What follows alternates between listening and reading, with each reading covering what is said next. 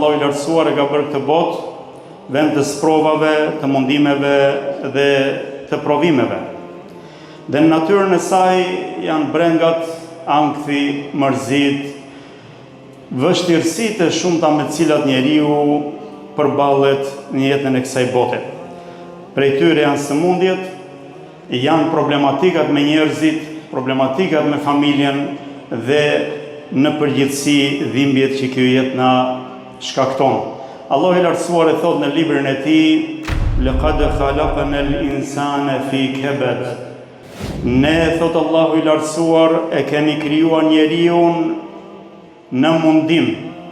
Do me thënë që njeriu është krijuar mes vështirësive për të përballur me to, për të përballur me çështjet e kësaj jete, dhe gjithmonë do të jetë në sprovë dhe gjithmonë do të jetë në vështirësi.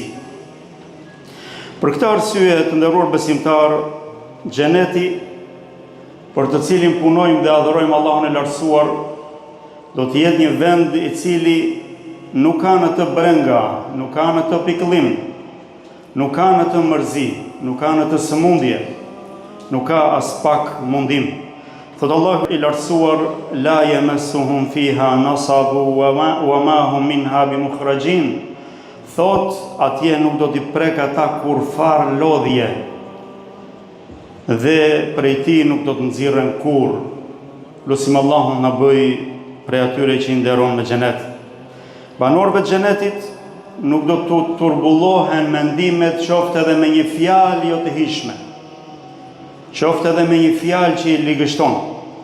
Allah i lartësuar thot: "La yasma'una fiha lagwa wala ta'thima illa qilan salaman salama."